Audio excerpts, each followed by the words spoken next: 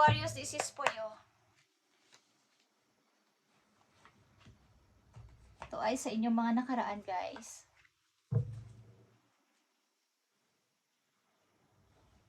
Ito ang hangman, guys. Okay, Aquarius.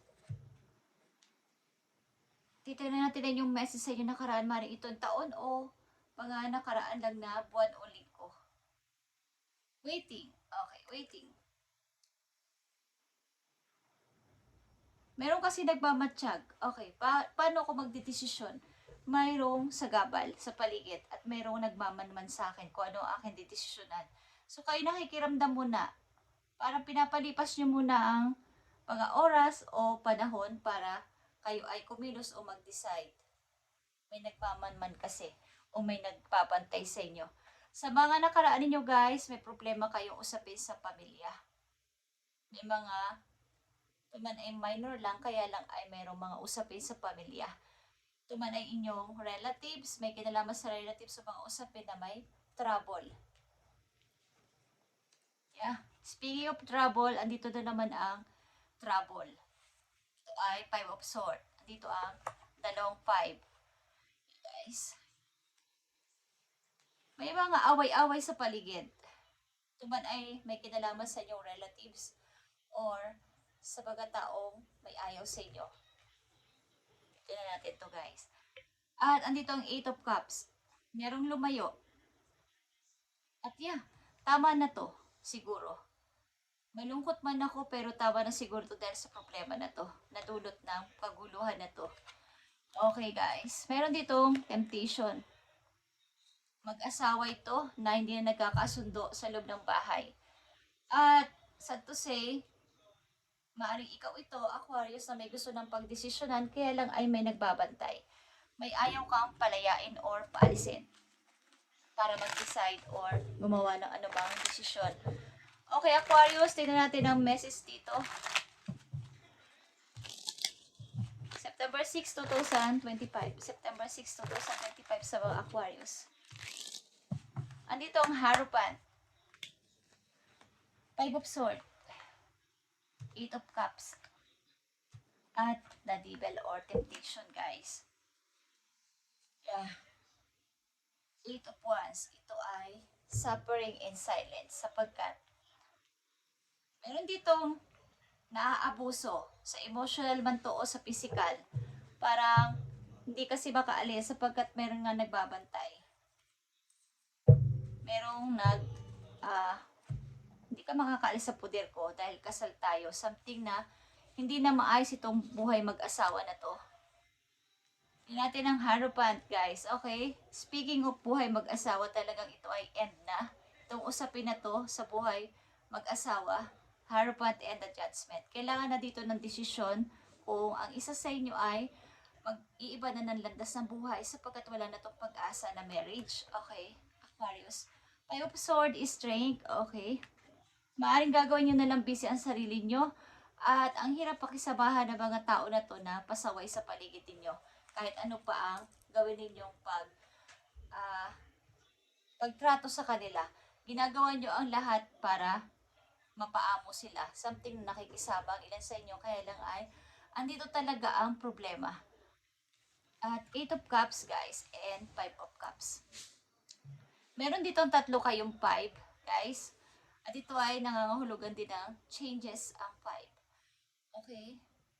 Meron ditong lumayo at something na tama na to talaga. Mahal man kita o may pag-ibig pa ako pero tama na siguro to. At may pagsisisi man o panghinayang, ba't kailangan kong kumilos? Kailangan ko na itong tanggapin. Okay, the temptation is here. 2 of Cups. Meron ditong dalawang tao na nagmamahalan na parang ito ay may kasama ng pagka-toxic o unhealthy relationship. Kaya lang nandito nga yung love, kaya lang ay may konting addiction sa inyong love ng person na to. Maaaring on and off ito.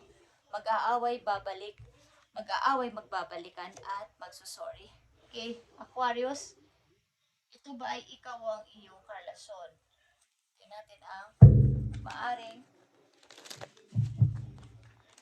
pwede nyo gawin o ano na ang mangyayari dito sa inyong relasyon. Para to sa mga Aquarius, nabibigyan ng message today, September 6, 2025. September 6, 2025 sa mga Aquarius. Andito ang Judgment. Andito ang Strength. 5 of Cups.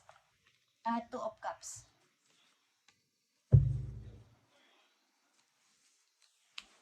Meron ditong Leo, guys. Malakas dito ang Leo, Capricorn, Scorpio, at Virgo.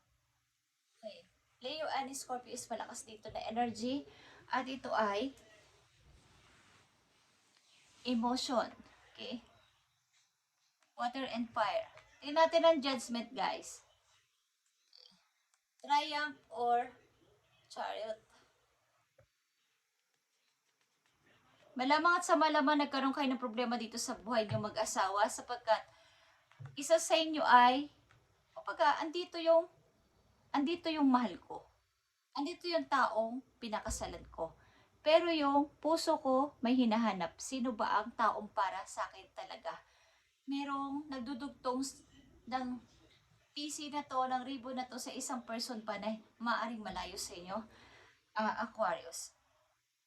Maaring mayroon ditong hindi man masasabing third party, kaya lang ay may hinahanap ang puso ng isa sa inyo dito kung sino talaga ang mahal nyo o ano talaga ang gusto nyo sa buhay.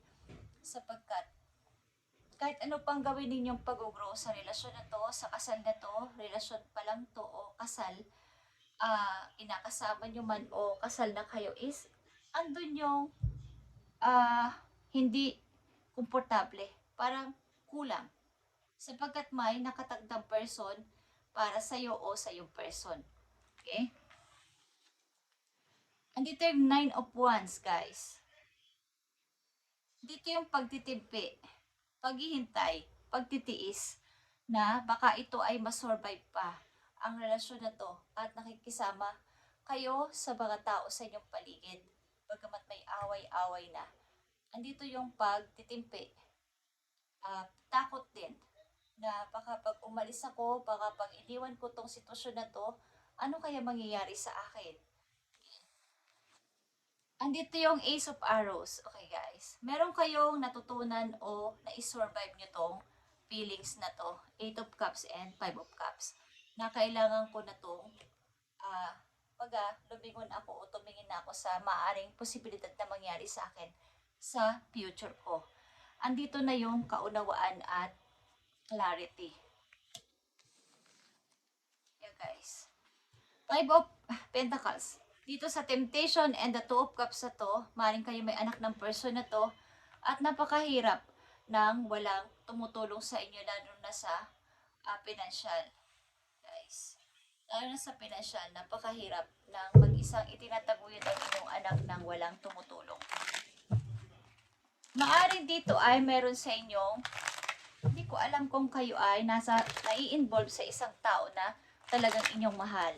At tutulungan kayo ng person na to o may gusto kayo makita ng person na to para kayo ay parang bigyan ng pag-asa. Okay? Maaring kayo ay aalis sa poder ng tao na to kahit kayo ay kasal sapagkat hindi na talaga pwede. At mahirap pagsusolo na palakihin ang inyong anak sapagkat kakulangan din sa pinansyal at mahirap. Okay. Aquarius, this is your message. Andito ang langgam. Okay? Ito ay patience. Like, sinabi ko dito nandito sa inyong message. Andito yung pagpapasensya. Whatever is going on right now, you cannot be impetuous by pacing yourself. In the end result will be far more rewarding. Slow down, Aquarius, don't rush, work carefully and linear, accept help from others. Okay.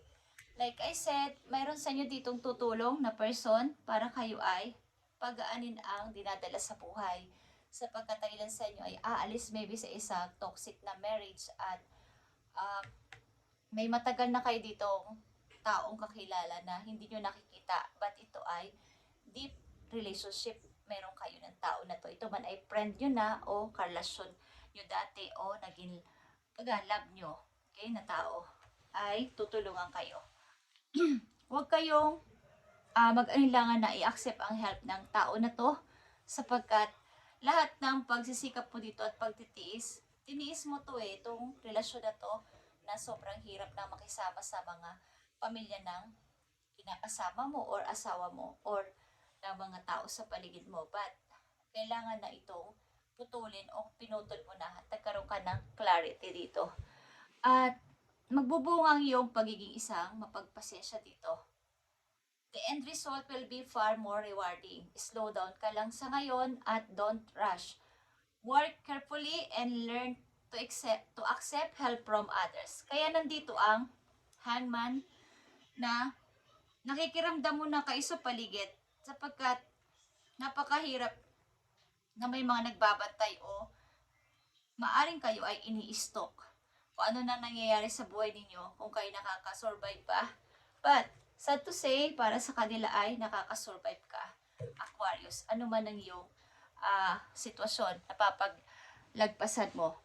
Bagamat ikaw ay takot, is andito ka bilang, okay, as a Queen of Wands, matatag at may strong personality at maaring nagsisikap kang magtrabaho kahit na pagod ka na. At ilan sa inyo ay puspusan na pagtatrabaho o pag-ipon para sa kinabukasan. Okay, Aquarius, tingnan pa natin ang message sa iyo. Ito ay paalala sa inyo, guys. Nasa sa inyo kung inyong susundin. Okay. Para sa mga Aquarius ito, andito ang number 43 at ito ay lightning. Denote surprise. Okay? Mga surprise sa paparting sa inyo galing sa malayo, distance. Okay, Aquarius. Galing sa malayo. At isang sulyap lang sa inyong pag-ibig. Message sa iyo ito ng iyong person. Message ito sa iyo ng iyong person, Aquarius. Maaaring tinakasan mo nitong tao na to. Okay, message sa'yo na yung person. Our love will never cease to exist. Okay, may nagsasabi na to sa'yo na ikaw ay hindi. Kumbaga, ang pag-ibig na to ay walang makakalabas dito. At something dito ay may addiction. Okay? May taong obsessed sa'yo dito at ayaw kang paalisin sa sitwasyon.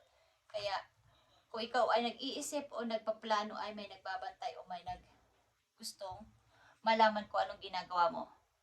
I want to hold you in my arms. Okay, guys. Maaaring kung ikaw ay lumayo na sa tao na to na yung naging asawa o kinakasama ay tinitingnan ka pa rin nito at ayaw kang palayain. Kumbaga ay ayaw kang mapunta sa iba sapagkat maaaring tapos na to na marriage, okay? Sapagkat may usapin kayo talaga. Maaaring gulo-gulo sa pamilya at nakikisama ka ng maayos but hindi na talaga pwede. Meron na ditong umalis ng palihim. Okay, Aquarius, this is your reading ngayong September 6, 2025 at pag-aralan mong i-accept ang help mula sa ibang tao this time. At lahat ng iyong mga pagsisikap dito at pagtitiis ay may reward. Something na ikaw ay makaramdam mo na sa paligid at maging maingat sa iyong mga pagdidesisyonan simula sa araw na to. Thank you, Aquarius, and God bless.